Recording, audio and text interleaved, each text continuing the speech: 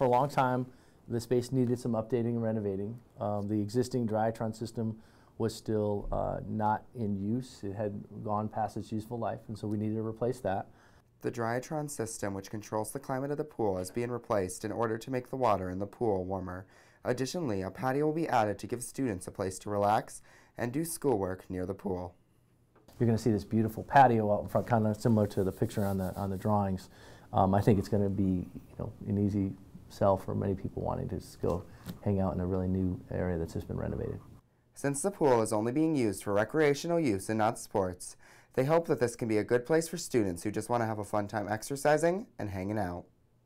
One of the things that we really have been concerned about was finding space on campus for students to have some rec time. And so that was the goal. And I think, when it comes to the fall semester around, being this will be turned over to the students in September 30th, I think it comes at a kind of a nice time because number one, they can't obviously use the outdoor pool in October, November, but they can use the indoor pool. Reporting from STN Channel 2 News, this is Chris DeGray.